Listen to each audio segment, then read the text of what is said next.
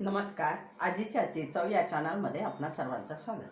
आज मी तुम्हाला बंगाली वांगी, ज्याला खरा शब्द बंगाली आहे, त्या बंगाली वांग्याची भजी करून दाखवणार आहे. मुलं जेव्हा वांग्याची भाजी किंवा वांगी खात नाहीत तेव्हा अशा प्रकारे त्यांना खाऊ घालणं फार उत्तम.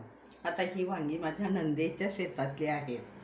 ते मोठे बागायतदार आहेत, तर त्यांच्याकडे ही खूप ताजी होती. आता याला 4-5 दिवस झाले या वांग्यांना, पण आपल्याला सवय आहे त्याची.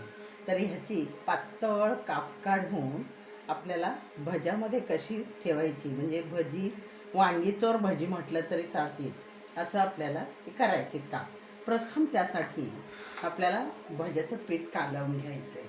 पहा, हे 1 वाटी भज्याचं पीठ घेतलेलं आहे, ओवा घेतलेला आहे, वाटलेलं माझ्याकडे मिरचीचा भेला म्हणतात तो आहे, थोडंसं मीठ लागतं त्याला म्हणून थोडं घेतलेलं आहे, आणि टाकण्यासाठी सोडा, तळण्यासाठी तेल.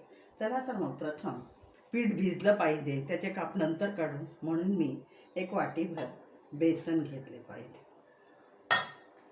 थोडीच करणार आहे आणि म्हणून पहा, त्याच्यात हा सोडा आहे, सोडा टाकणार आहे, थोडा हळद टाकणार. मी हळद टाकली की काय होतं माहिती का, काळपट होतात भजी.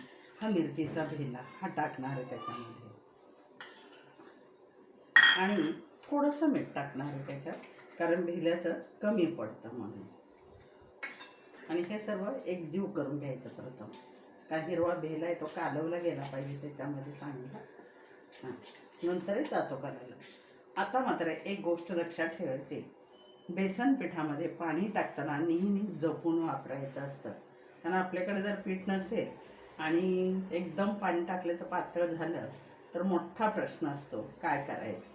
म्हणून थोडं थोडं पीठ टाकून आपण ते असं कालवून घ्यायचं. पहा, तुम्ही हाताने कालवलं तरीही चालेल, थोडंच आहे म्हणून मी चमच्याने केलेले आहे. तर पहा, या पद्धतीनं आपण हळूहळू काढायचं. आणि हळद का नाही वापरायची, तर हळदीनं ना भजी नेहमी काळी, असा पिवळा धमक रंग येत नाही त्यांना, म्हणून हळद नाही टाकायची. बघा, आता हे भिजून ठेवलं ना थोडा वेळ की मग छान. आणि सोडा अगदी तळताना टाकला, आत्ताच नाही टाकला. हवं असल्यास आपण थोडंसं पीठ त्याला अजूनही टाकू शकतो. 1.5 वाटी केले मी, तिखट आहेत म्हणून.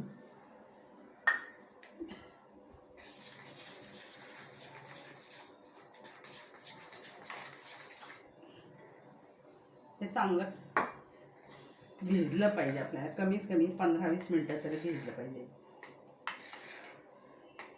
आपण जर अर्धा तास आधी भिजवून ठेवलं ना तर सोड्याची सुद्धा गरज भागत नसते. परंतु जर आपल्याला ताबडतोब करायचे असतील तर मग मात्र सोडा वापरायचा. चला तर मग आता याला आपण भिजत ठेवूयात. खूप पातळ केलं नाही, हवं तसं आपल्याला नंतर पाहता येतं. आता हे ठेवलं मी बाजूला. आता पहा, आपल्याला या ठिकाणी हा सोडा नंतर टाकायचा. ही जी बंगाली वांगी आहेत याचे काप करून घ्यायचे, पातळ काप करायचे, आणि याला सुद्धा थोडंसं तिखट मीठ लावायचं. तर पहा, एक तुम्हाला चिरून दाखवते मी. एकदम पातळ स्लाइस काढायची या पद्धतीनं. हे पहा, एकदम पातळ काप काढलेले.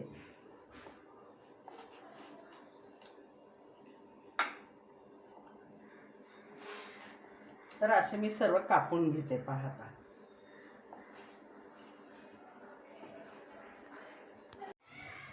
हे पहा, हे थोडंसं तिखट घेतलं मी, ह्याच्यात थोडंसं मीठ घेतलेलं आहे.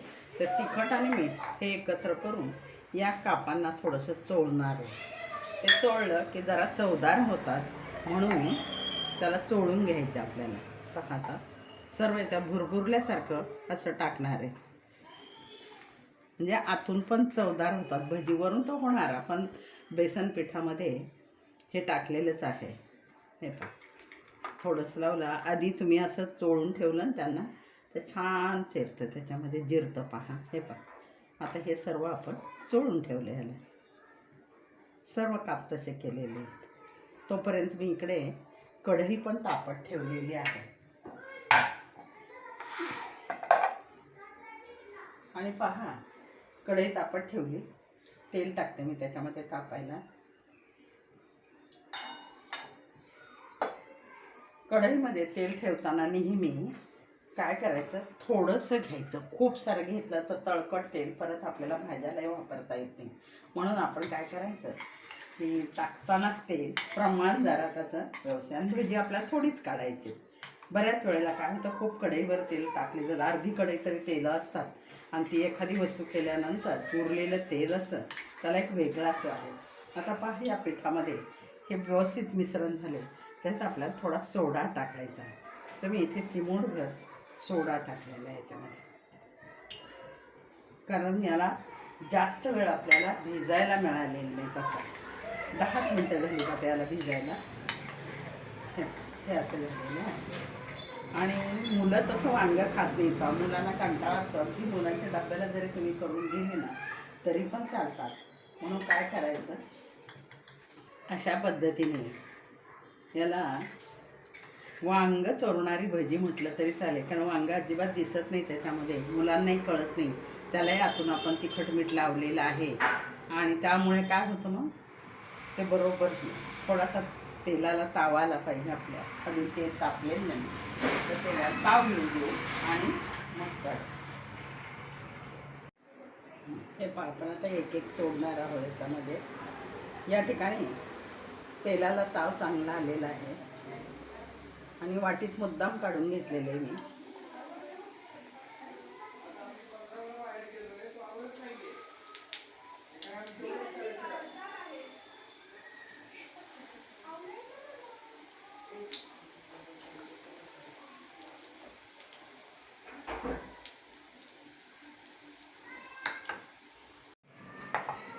हे पहा, पहिला एक घाणा मी काढलेला आहे, अजून एक काढते.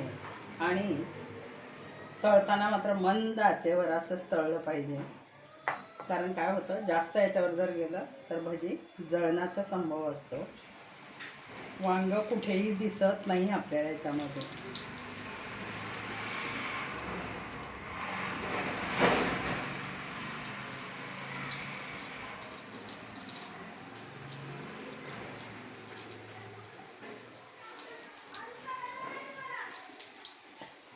हे पहा, तेलाला चांगला ताव आलेला आहे, आणि त्याच्यामुळे जितकी कोवळी वांगी असतील ना तितकी ती अधिक चांगली. लहानपणीची वांगी म्हणतो आपण तशी कोवळी असतील ना तर मग खूपच छान. आणि पूर्ण कमी याच्यावरच ती करायचं असतं.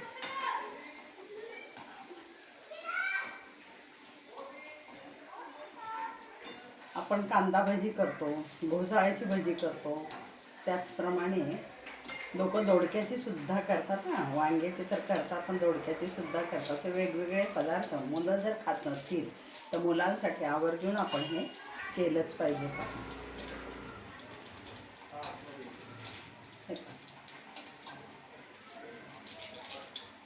हलवत राहायचं त्याला सारखं, नाहीतर कदाचित पहिले होऊन जातात, पहिल्या घाण्याचे टाकलेले, दुसरे हे होतात, कच्चे राहतात. आणि म्हणून त्याला सतत हलवत राहायचं. ही 2 झालेली आहे, ही आपण काढून घेऊया.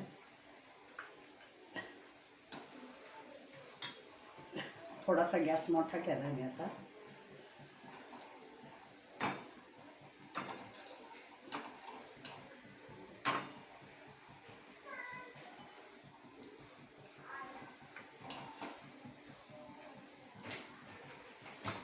ही वांगी आहेत ना, कोवळी असतात आतून आणि मऊ मऊ असतात. भाजी करतो तेव्हा सुद्धा ती इतकी पटकन शिजत असते, म्हणून ही भज्यासाठी उत्तम ठरतात.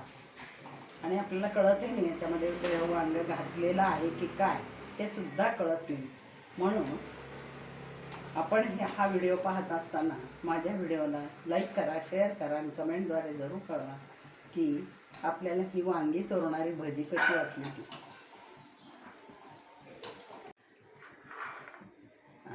हे पहा, आपली भजी आता पहिला एक घाणा काढून टाकलेला आहे मी. आणि आता काहींना कांदा भजी हवी म्हणून हे पीठ मी तसंच शिल्लक ठेवते. तर तुम्ही नक्की करा या पद्धतीप्रमाणे. कोवळी आपली साधी वांगी असतील तरी पण कोवळी वांगी असतील त्याच्यात गोल काप काढायचे आणि या भज्याच्या पिठामध्ये कालवून ते काढायचे. मुलं आवर्जून खातात. धन्यवाद.